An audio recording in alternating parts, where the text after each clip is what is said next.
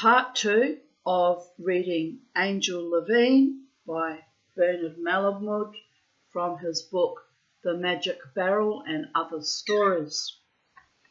We got cut off. I don't know why. My computer, I joked with its original owner, my beautiful friend Sally, who gave it to me. I said, the book's no longer on the roof. It lives on my computer and does weird things and cuts me off for no apparent reason, like just now, and it's grinding my gears. But I just have to keep working with what I have and fighting the good fight and with the assistance of my angels, am I right? Baby girls and baby boys.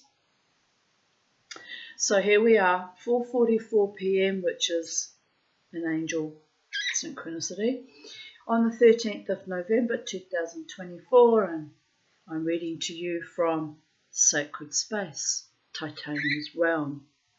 Part 2, Angel Levine. We got cut off at the point where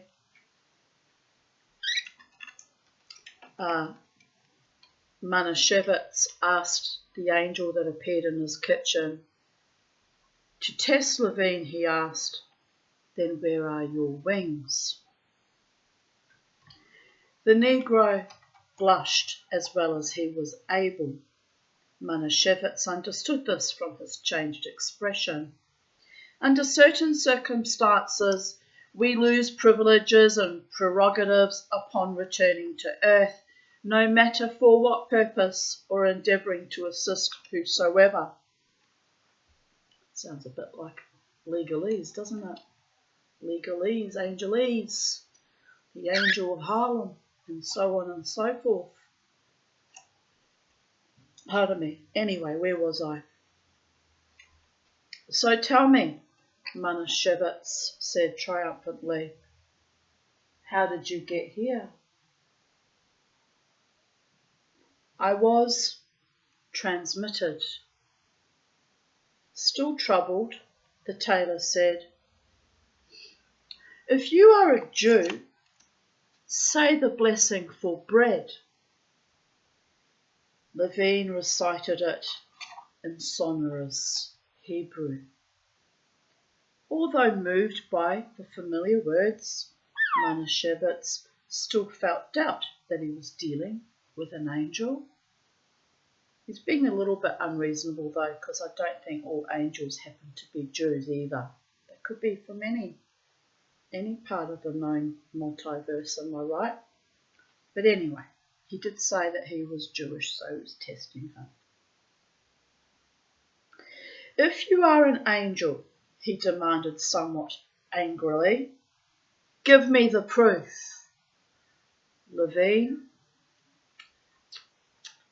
wet his lips. Frankly, I cannot perform either miracles or near miracles due to the fact that I am in a condition of probation. How long that will persist or even consist, I admit, depends on the outcome. Manischewitz racked his brains for some means of causing Levine positively to reveal his true identity. When the Negro spoke again, you should see Charlie, she's looking up at me like this, like, it's delightful. Come here, little girl. Come here, little girl. Come to mum. Come to the mum. Come on. You're looking at me like I'm about to give you the most amazing gift, and instead she peepee-canned right down my back. Yes, she did. She did, the demon bird. The demon bird peepee-canned down my back. Right. The things you do for love. The things you do for love. The things you do for love. If any other sentient being shat all down my back, Charlie, I wouldn't put up with it the way I put it up with it from you. Just saying.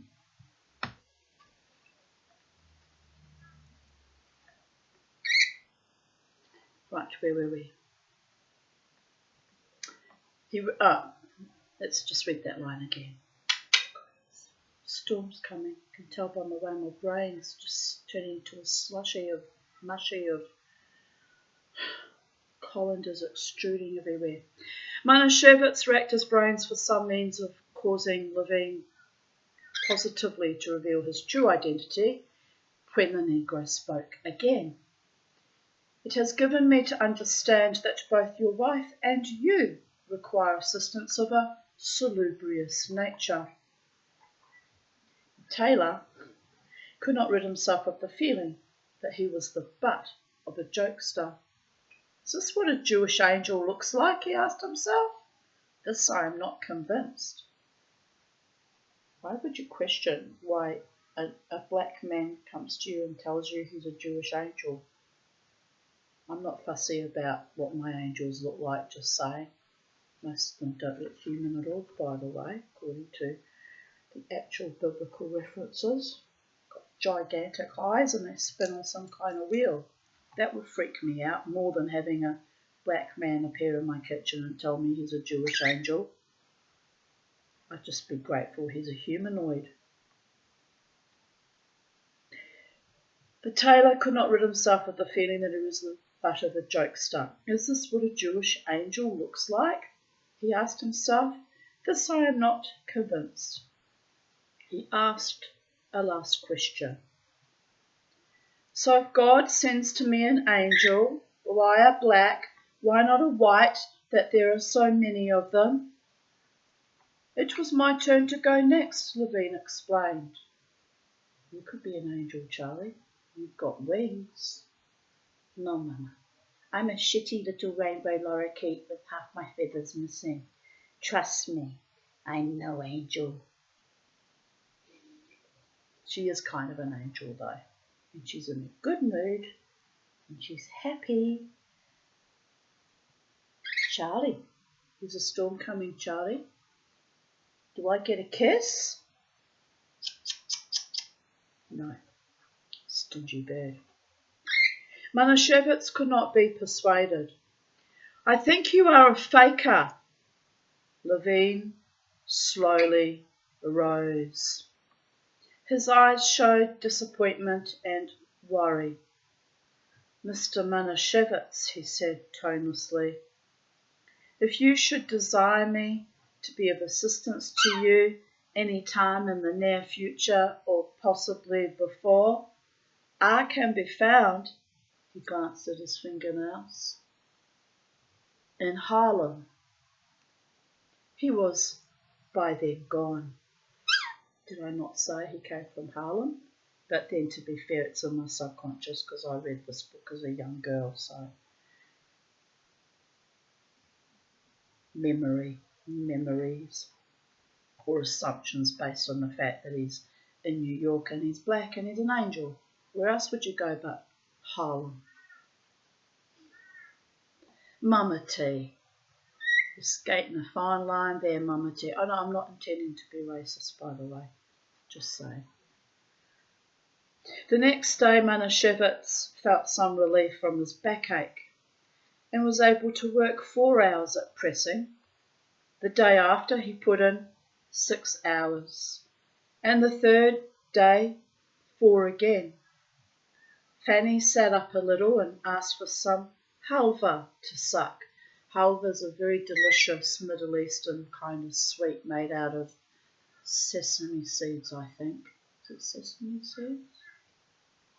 Anyway, it's very nice. It's very sweet and yummy. I like halva. Haven't had any for a long time, actually. But on the 4th day, the stabbing, breaking ache afflicted his back, and Fanny again lay supine, breathing with blue-lipped difficulty.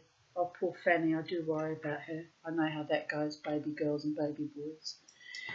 Having constantly purple blue lips and trying not to die. I've been doing that for decades. Don't you dare cut us off. Right, we're still here. Phew, I thought we got cut off by the dibble in my laptop again. Right, Manischewitz was profoundly disappointed at the return of his active pain and suffering. Just going to move my hair. Move my hair from you, Charlie, because I know what you do to my hair. Makes it grow longer, Mama T. No, it does not, Charlie. He had hoped for a longer interval of easement, long enough to have some thought other than of himself and his troubles. Day by day, hour by hour, minute after minute, he lived in pain. Pain, his only memory, questioning the necessity of it, inveighing against it, also, though with affection, against God. Why so much gotten you? If he wanted to teach his servant a lesson for some reason, some cause, the nature of his nature, to teach him, say, for reasons of his weakness, his pride perhaps, during his years of prosperity, his frequent neglect of God, to give him a little lesson, why then any of the tragedies that had happened to him, anyone would have sufficed to chasten him. But altogether, the loss of both his children, his means of livelihood, Fanny's health and his, that was too much to ask one frail-boned man to endure. Who, after all, was Manischewitz that he had been given so much to suffer? A tailor, certainly not a man of talent. Upon him suffering was largely wasted. It went nowhere, into nothing, into more suffering. His pain did not earn him bread, nor fill the cracks in the wall, nor lift, in the middle of the night, the kitchen table. Only lay upon him sleepless, so sharply, oppressively, that he could many times have cried out, yet not hurt himself through this thickness of misery. In this mood he gave no thought to Mr. Alexander Levine, but at moments when the pain wavered, slightly diminishing, he sometimes wondered if he had been mistaken to dismiss him.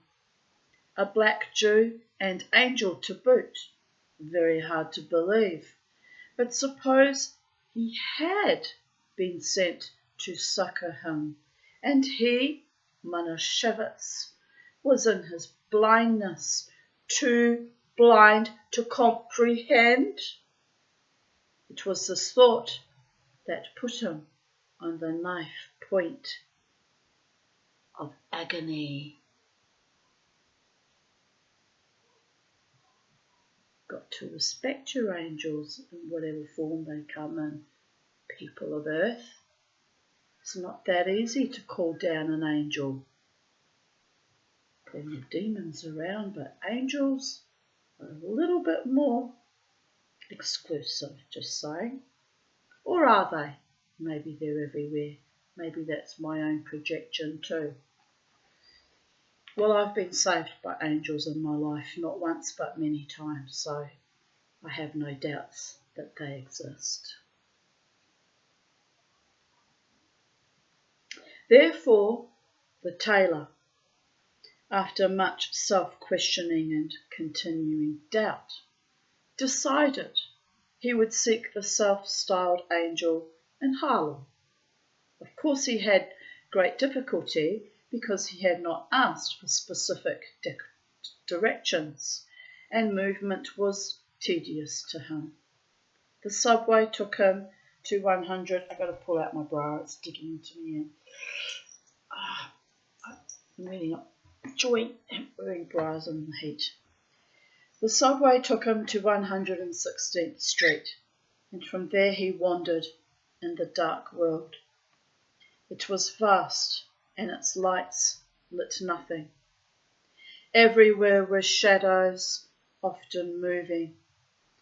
Manischewitz hobbled along with the aid of a cane, and not knowing where to seek in the blackened tenement buildings, looked fruitlessly through store windows.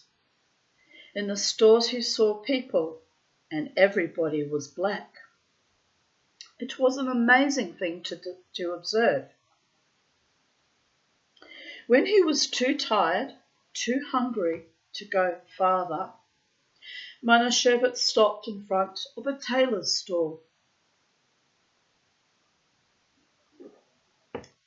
Out of familiarity with the appearance of it, with some sadness he entered. The tailor, an old skinny negro with a mop of woolly grey hair, was sitting cross-legged on his workbench, sewing a pair of full dress pants that had a razor slit all the way down the seat. "You'll excuse me, please, gentlemen," said Manischewitz, admiring the tailor's deft thimbled fingerwork. "But you know maybe somebody by the name of Alexander Levine?" The tailor, who Manischewitz thought seemed a little antagonistic to him, scratched his scalp. "Can't say I ever heard that name." "Alexander Levine," Manischewitz repeated it. The man shook his head. "Can't say I heard." About to depart, Manischewitz remembered to say, "He is an angel, maybe?" "Oh, him," said the tailor, clucking. "He hang out in that honky-tonk down here a ways." He pointed with his skinny finger and returned to the pants. Manischewitz crossed the street against a red light and was almost run down by a taxi.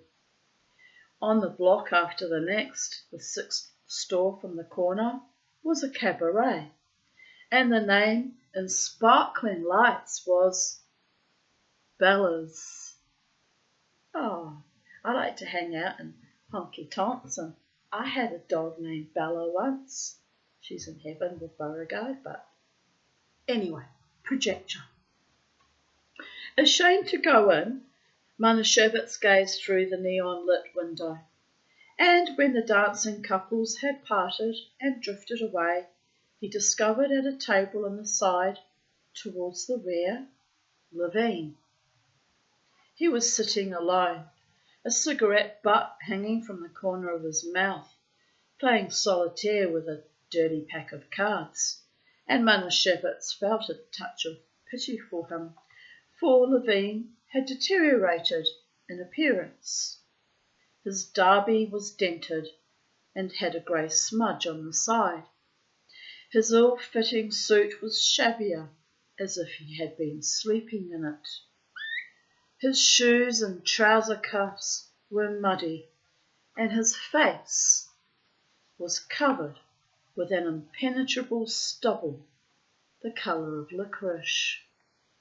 Manischewitz, though deeply disappointed, was about to enter, when a big-breasted negress in a purple evening gown appeared before Levine's table, and with much laughter through many white teeth, broke into a vigorous shimmy. I'm not very good at the shimmy, really, but I can mosh like a demon. Babies. Levine looked straight at Manischewitz with a haunted expression, but the tailor was too paralysed to move or acknowledge it. As Bella's gyrations continued, Levine rose, his eyes lit in excitement. She embraced him with vigour, both his hands clasped around her big, restless buttocks, and they tangoed together across the floor, loudly applauded by the noisy customers. She seemed to have lifted Levine off his feet, and his large shoes hung limp as they danced. They slid past the windows where Manischewitz, white-faced, stood staring in. Levine winked slyly, and the tailor left for home. Fanny lay at death's door. Through shrunken lips she muttered concerning her childhood, the sorrows of the marriage bed, the loss of her children, yet wept to live.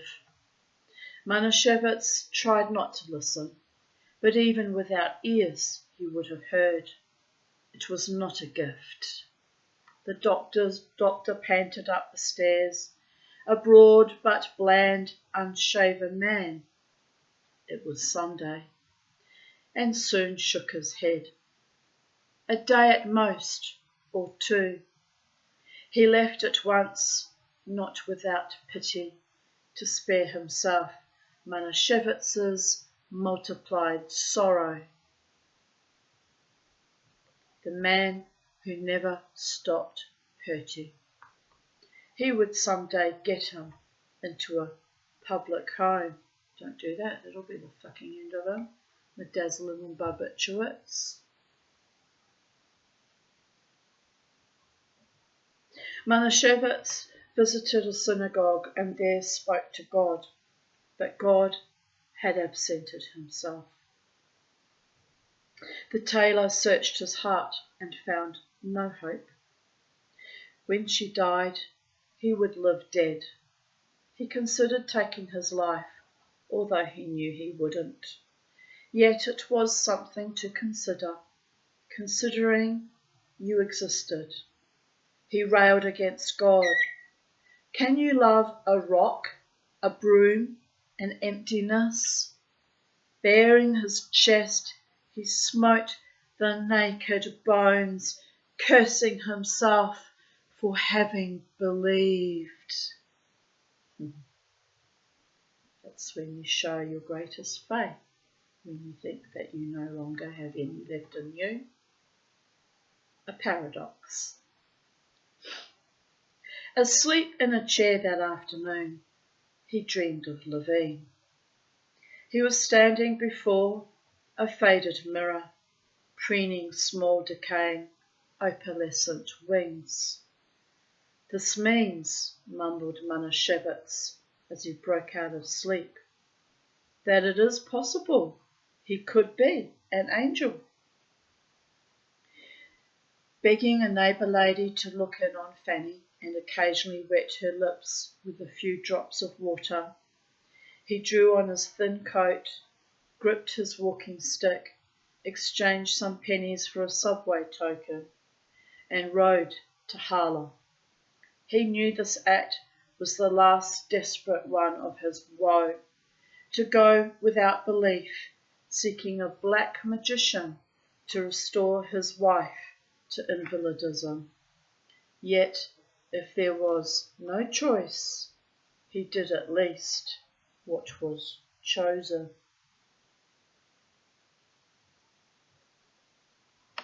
She's sitting on the crook of my arm, and it's an odd place for a bird to choose to sit.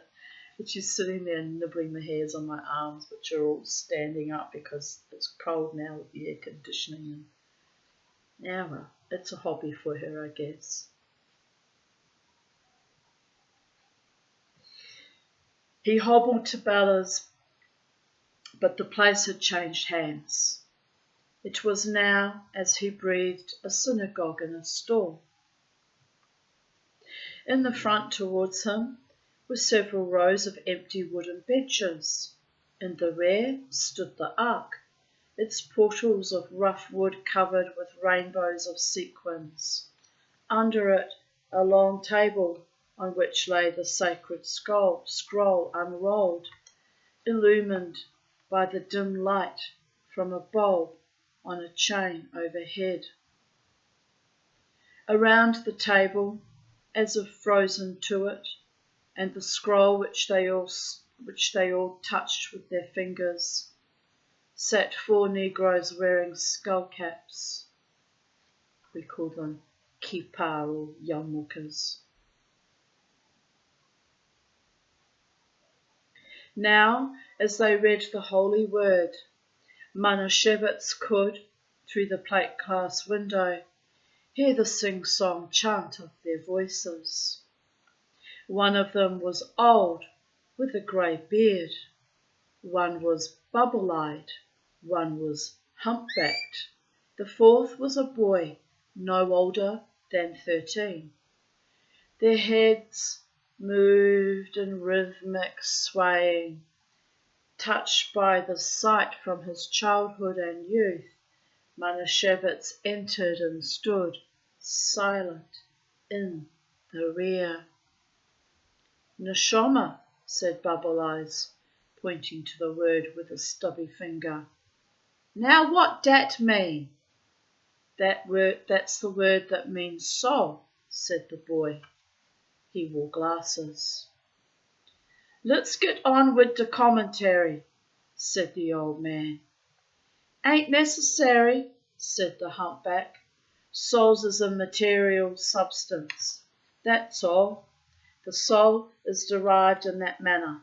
The immateriality is derived from the substance, and they both, causally and otherwise, derive from the soul.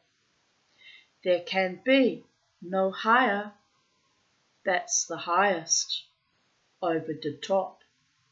Wait a minute, said Bubble Eyes. I don't see what is that immaterial substance. How come the one gets hitched up to the other? He addressed the humpback. Ask me something hard, because it is substanceless immateriality. It couldn't be closer together, like all the parts of the body under one skin. Closer. Here now, said the old man. All you done is switch the words.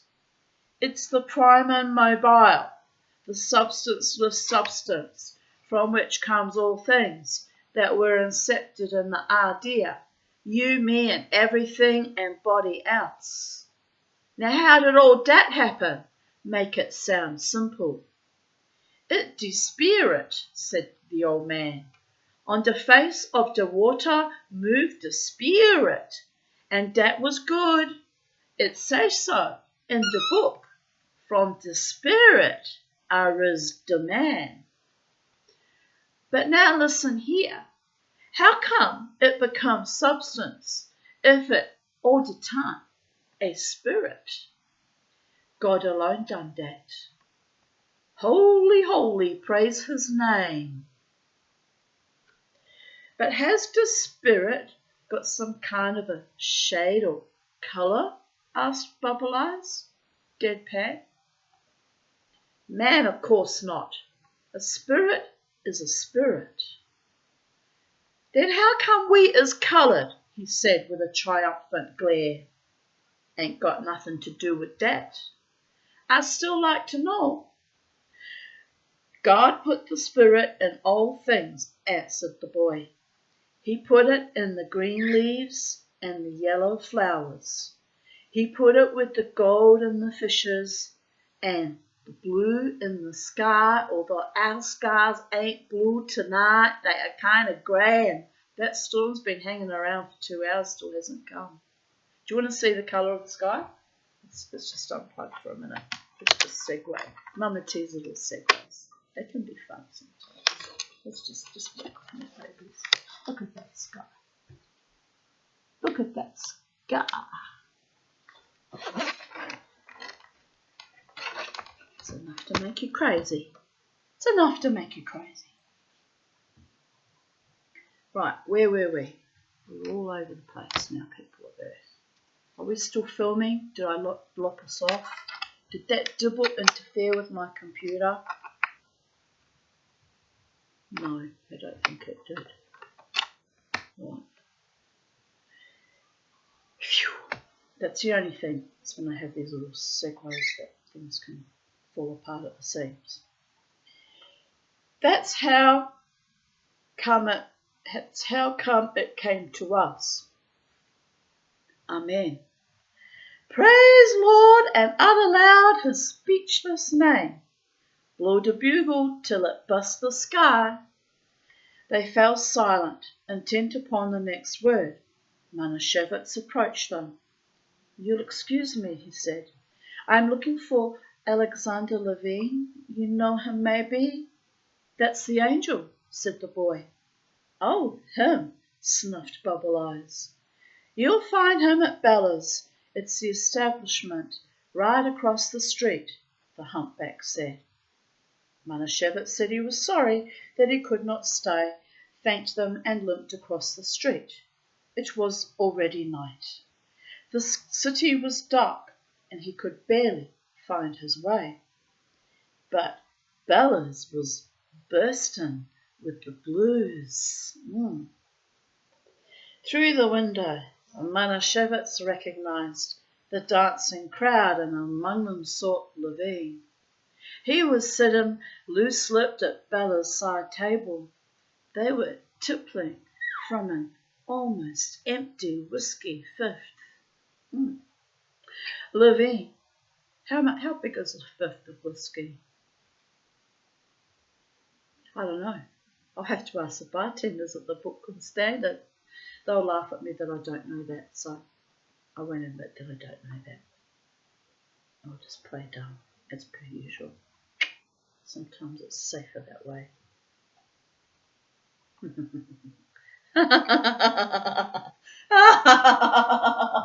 Oh, you gotta laugh. Levine had shed his old clothes, wore a shiny new checkered suit, pearl grey derby cigar, and big two-tone button shoes. He's dressing better. Why is he dressing better all of a sudden?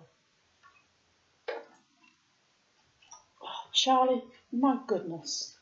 Like, Mama needs to dress better. She needs to put a nappy on to Birdie and not have to deal with all this shit, am I right? But I love you. Right, where were we? To the tailor's dismay, a drunken look had settled upon his formerly dignified face. He leaned towards Bella, tickled her earlobe with his pinky, while whispering words that sent her into gales of raucous laughter.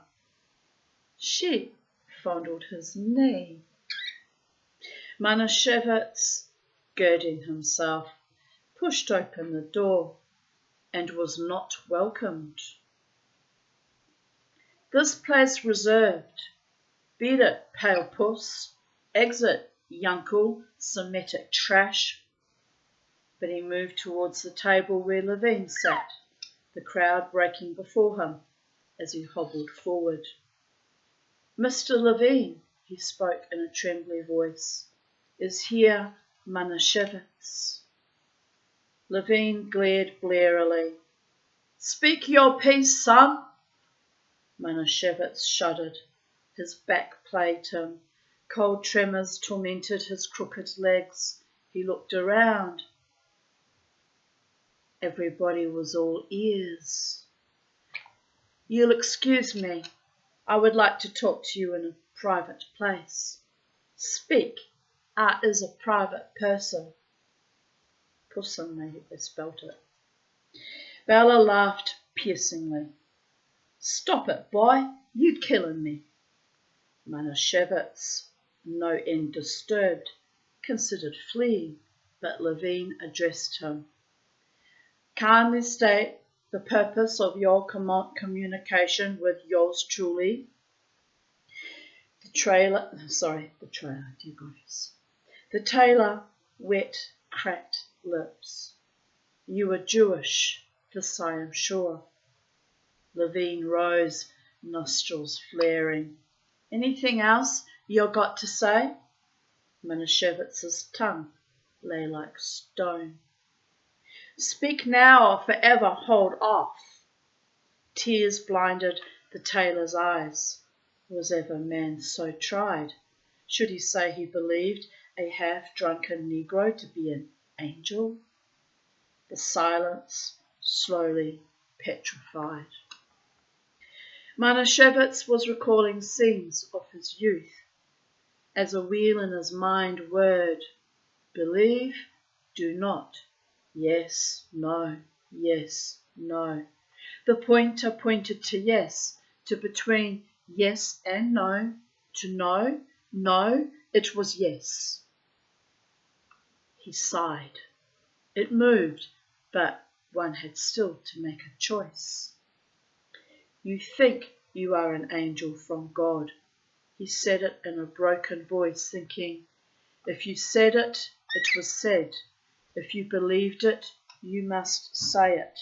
Did you do that again, Charlie? If you believed, you believed. The hush broke. Everybody talked, but the music began, and they went on dancing. Dancing. It's hard for me, New Zealand Australian accent. Dear goodness. Bella, grown bored, picked up the cards and dealt herself a hand. Levine burst into tears. How you have humiliated me. Manischewitz apologised. Wait till I freshen up. Levine went to the men's room and returned in his old clothes. Nobody said goodbye as they left. They rode to the flat via subway. As they walked up the stairs, Manischewitz pointed with his cane at his door. That's all been taken care of, Levine said. You best go in while I take off.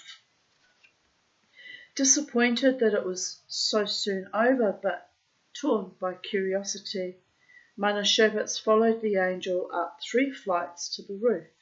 When he got there, the door was already padlocked. Luckily, he could see through a small broken window. He heard an odd noise, as though of a whirring of wings. And when he strained for a wider view, could have sworn he saw a dark figure borne aloft on a pair of magnificent black wings. It's the only way to fly, babies. A feather drifted down. Manischewitz gasped as it turned white, but it was only snowing. He rushed downstairs. In the flat, Fanny wielded a dust mop under the bed and then upon the cobwebs on the wall. A wonderful thing, Fanny, Manischewitz said. Believe me, there are Jews everywhere. The end. Right. Shall we read another story? Let's just flick through and just find one. I like the sound of this one, but it's a much longer story. I don't know if it's a 2-hour video or a 1-hour video. No, we won't do a long story because that'll take too long, and we're already 38 minutes into this one. So we'll try and find another short one. Right. This might be interesting. Let's see how long that one is. How many pages is that? That's a long one too. Damn it.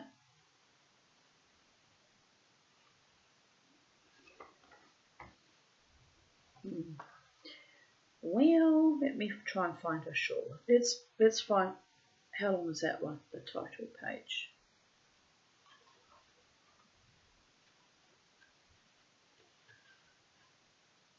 Oh, we'll just go with that one.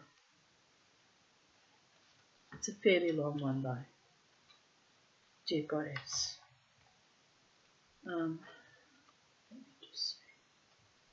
No, we won't do a long one because I'm already tired and I'm conscious that I run out of time on the laptop with the video. I'm only allowed 3 hours of videoing on this machine. The prison. Though he tried not to think of it, at 29, Tommy Castelli's life was a screaming bore. It wasn't just Rosa or the store they tended for profits counted in pennies, or the unendurably slow hours and endless drivel that went with selling candy, cigarettes, and soda water. It was this sick in the stomach feeling of being trapped in old mistakes, even some he had made before Rosa changed Tony into Tommy. He had been, as Tony, a kid of many dreams and schemes, especially getting out of this tenement crowded, kid squawking neighbourhood with its lousy poverty, but everything had fouled up against him before he could. When he was 16, he quit. They've written quite, but that should say quit. He quit the vocational school where they were making him into a shoemaker and began to hang out with the grey-hatted, thick-soled shoeboys who had the spare time and the mazuma and showed it in fat, wonderful rolls down in the cellar clubs to all who would look, and everybody did, pop-eyed. They were the ones who had bought the silver cafe espresso urn and later the television, and they arranged the pizza parties and had the girls down, but it was getting in with them and their cars, leading to the hold-up of a liquor store that had started all the present trouble.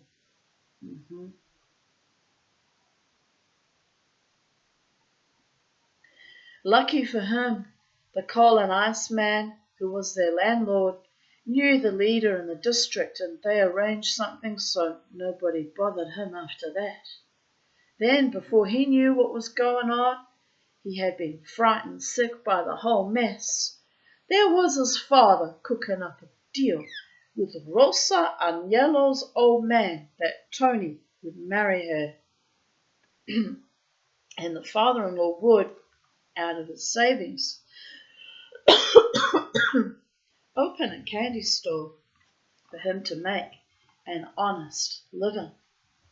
He wouldn't spit on a candy store, and Rosa was too plain and lank a chick for his personal taste. So he bedded off to Texas and bombed around in too much space, and when he came back everybody said it was for Rosa and the candy store, and it was all arranged again, and he, without saying no, was in it.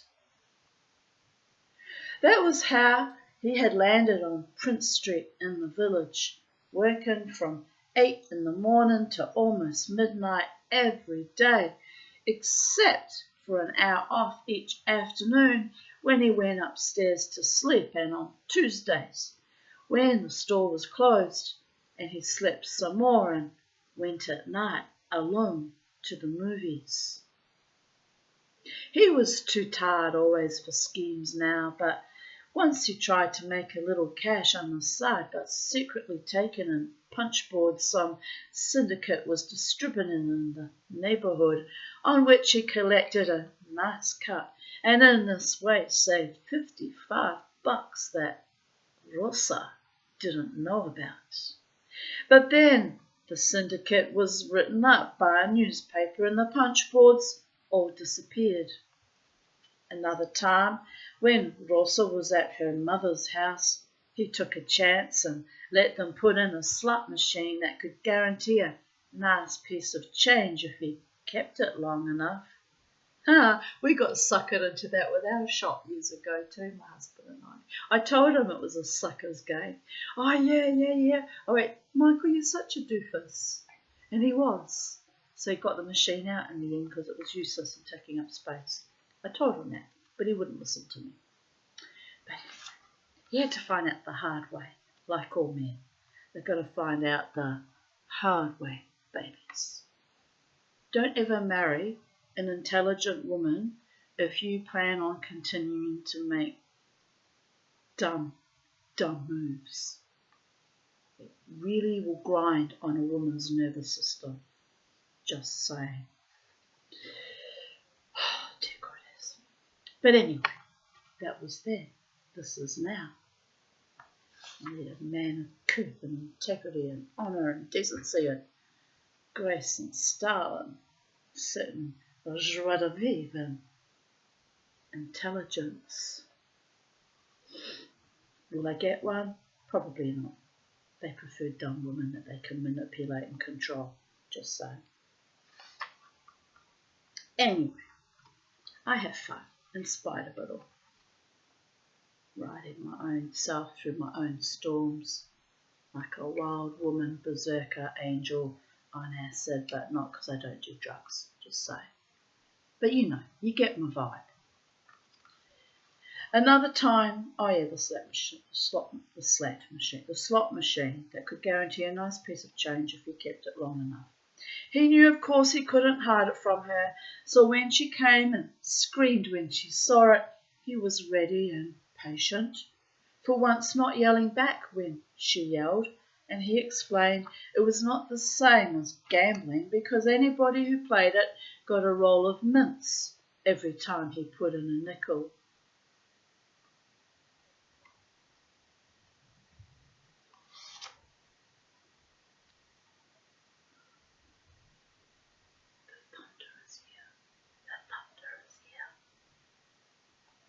Also, the machine would supply them a few extra dollars cash they could use to buy television. Just going to run out quickly and bring my washing in. Just bear with me. I'll be gone 2 minutes.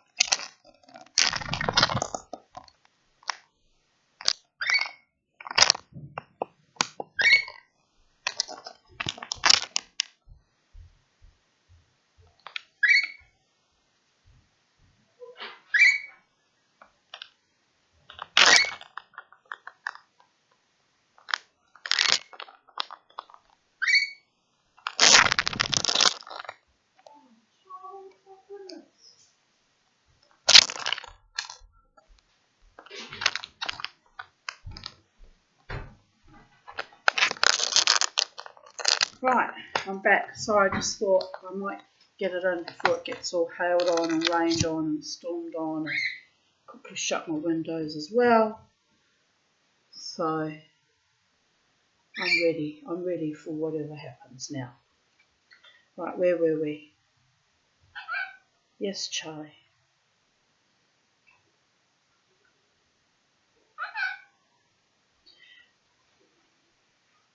The machine that he said would give a roll of mints every time the person put in a nickel.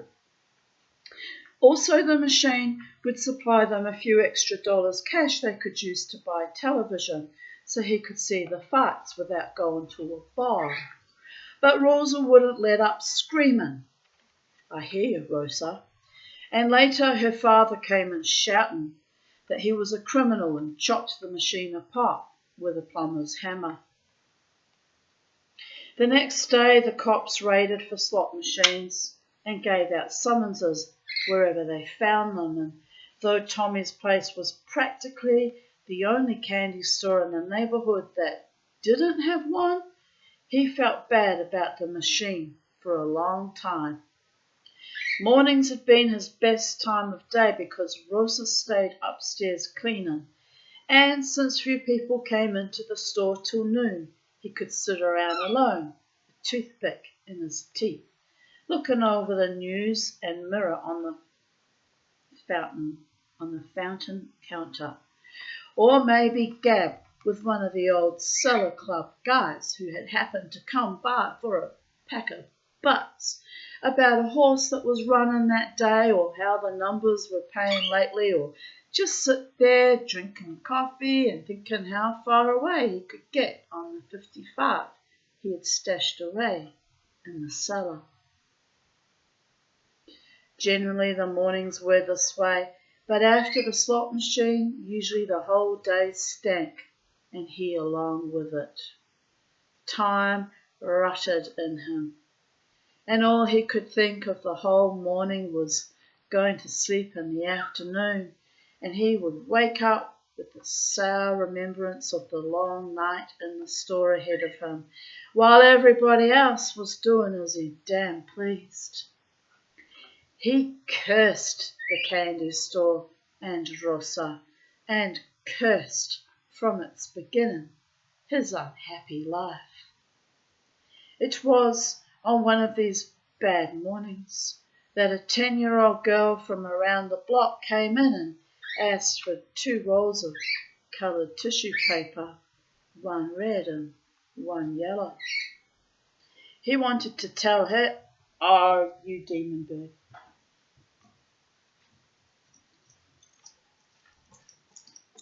I love how you sat there and chewed on your own beak and then just promptly did the poopy pins.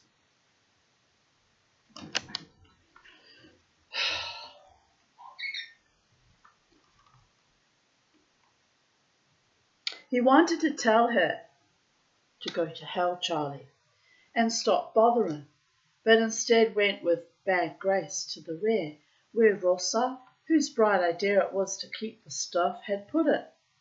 He went, "Not biting the mama. You'll go in your cage, you've been very naughty."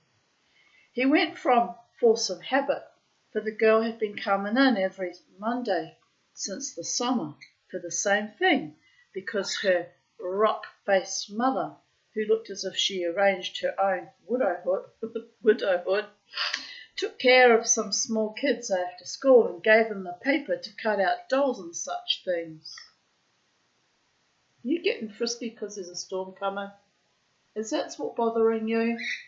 Are you doing the wild thing? Are you born to be wild, Charlie?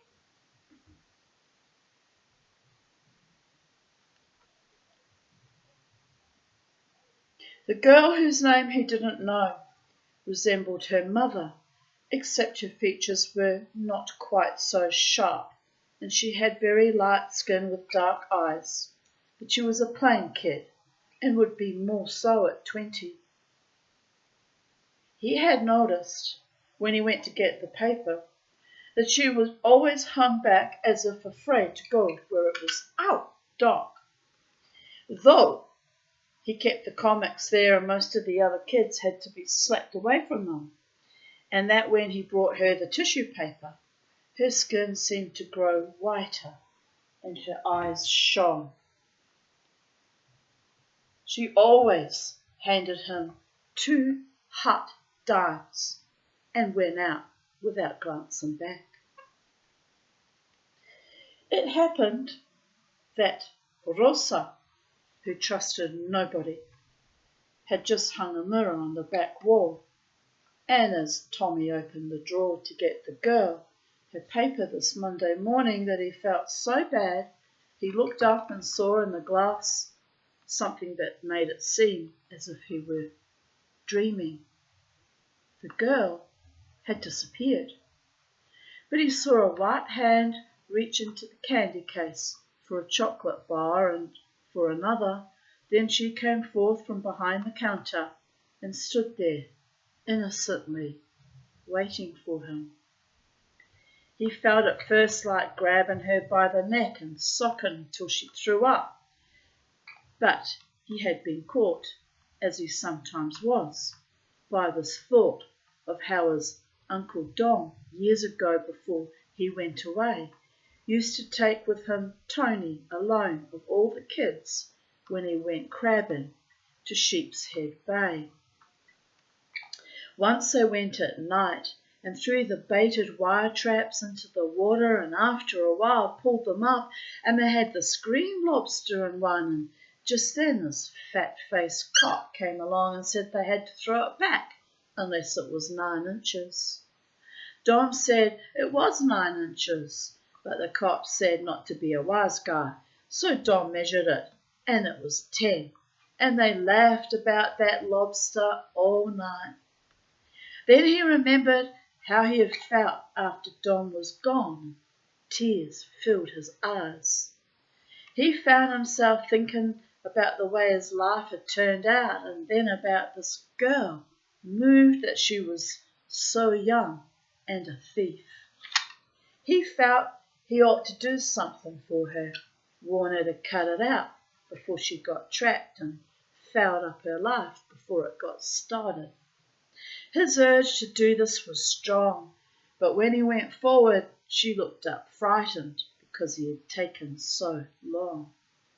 The fear in her eyes bothered him, and he didn't say anything. She thrust out the dance, grabbed at the tissue rolls and ran out of the store. He had to sit down. He kept trying to make the desire to speak to her go away, but it came back stronger than ever. He asked himself, what difference does it make if she swipes candy? So she swipes it, and the role of reformer was strange and distasteful to him. Yet he could not convince himself that what he felt he must do was unimportant. But he worried he would not know what to say to her. Always he had trouble speaking right, stumbled over words, especially in new situations. He was afraid he might sound like a jerk and she would not take him seriously. He had to tell her in a sure way so that even if it scared her, she would understand he had done it to set her straight. He mentioned her to no one, but often thought about her, always looking around whenever he went outside to raise the awning or wash the window, to see if any of the girls playing in the street was her, but they never were. The following Monday, an hour after opening the store, he had smoked a full pack of butts. He thought he had found what he wanted to say, but was afraid for some reason she wouldn't come in, or if she did, this time she would be afraid to take the candy. He wasn't sure he wanted that to happen until he had said what he had to say. But at about 11, when he was reading the news, she appeared, asking for the tissue paper, her eyes shining, so he had to look away. He knew she meant to steal. Going to the rear, he slowly opened the drawer, keeping his head lowered as he sneaked a look into the glass, and saw her slide behind the counter. His heart beat hard and his feet felt nailed to the floor. He tried to remember what he had intended to do, but his mind was like a dark, empty room, so he let her, in the end, slip away and stood tongue-tied, the dance burning his palm. Afterwards he told himself that he hadn't spoken to her because it was while she still had the candy bar on her and she would have been scared worse than he wanted. When he went upstairs, instead of sleeping, he sat at the kitchen window looking out into the backyard. He blamed himself for being too soft, too chicken. But then he thought, no, there was a better way to do it. He would do it indirectly, slip her a hint he knew, and it was pretty sure that would stop her. Some time after, he would explain to her why it was good she had stopped. So next time he cleaned out this candy platter she helped herself from, thinking she might get wise he was onto her, but she seemed not to, only hesitated with her hand before she took 2 candy bars from the next plate and dropped them into the black patent leather purse she always had with her. The time after that, he climbed out the whole top shelf, and still she was not suspicious, and reached down to the next and took something different. One Monday he put some loose change, nickels and dimes, on the candy plate, but she left them there, only taking the candy, which bothered him a little. Rosa asked him what he was mooning about so much and why was he eating chocolate lately. He didn't answer her, and she began to look suspiciously at the women who came in, not excluding the little girls, and he would have been glad to rap her in the teeth, but it didn't matter as long as she didn't know what he had on his mind. At the same time, he figured he would have to do something sure soon, or it would get harder for the girl to stop her stealing. He had to be strong about it. Then he thought of a plan that satisfied him. He would leave 2 bars on the plate and put in the wrapper of one a note she could read when she was alone. He tried out on paper many messages to her, and the one that seemed best he cleanly printed on a strip of cardboard and slipped it under the wrapper of 1 chocolate bar. It said, "Don't do this anymore, or you will suffer your whole life." He puzzled whether to sign it "A friend" or "Your friend," and finally chose "Your friend." This was Friday, and he could not hold his impatience for Monday. But on Monday she did not appear. He waited for a long time until Rosa came down. Then he had to go up, and the girl still hadn't come. He was greatly disappointed because she had never failed to come before. He lay on the bed, his shoes on, staring at the ceiling. He felt hurt.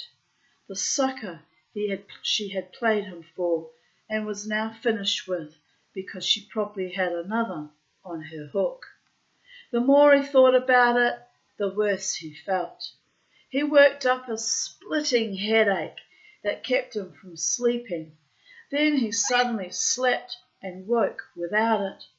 But he had awaked depressed, saddened.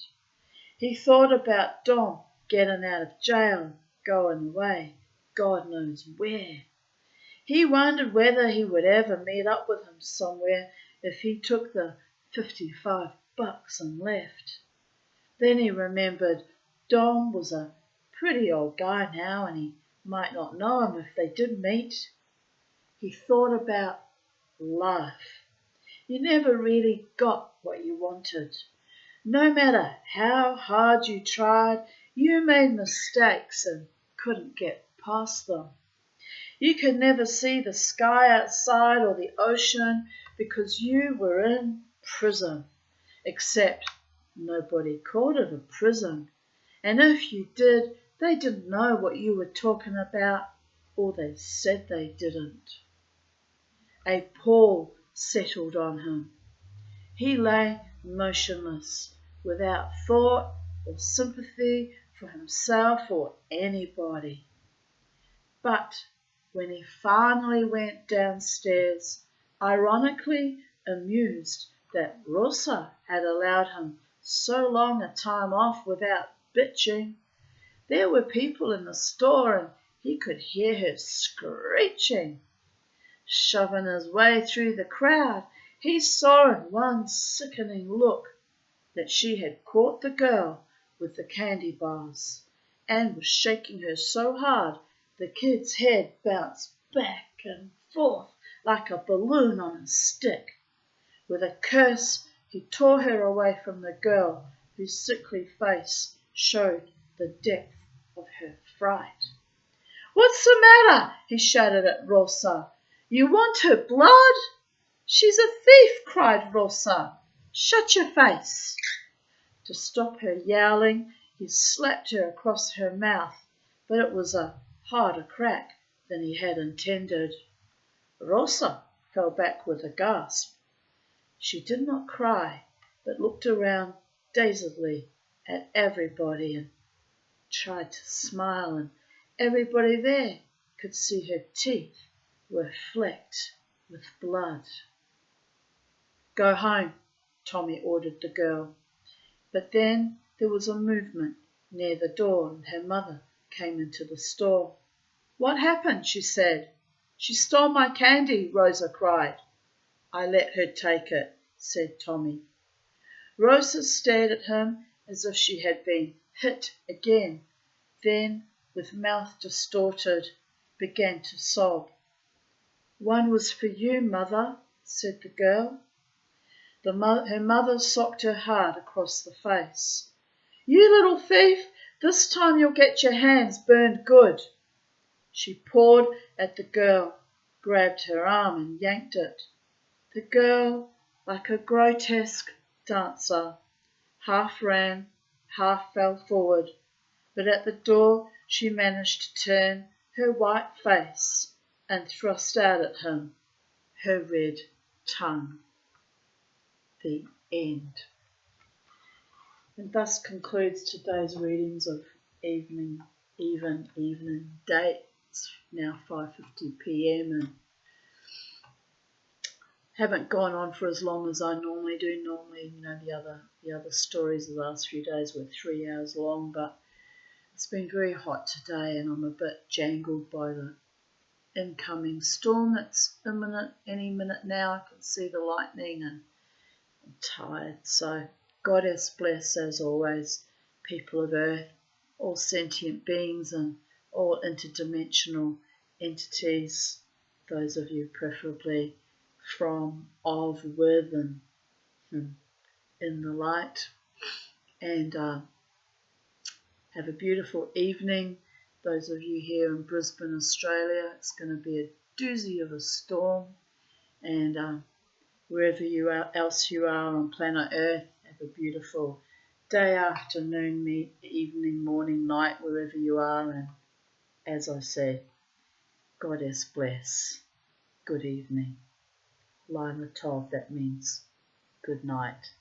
From Sacred Space at Titania's Realm. Babies.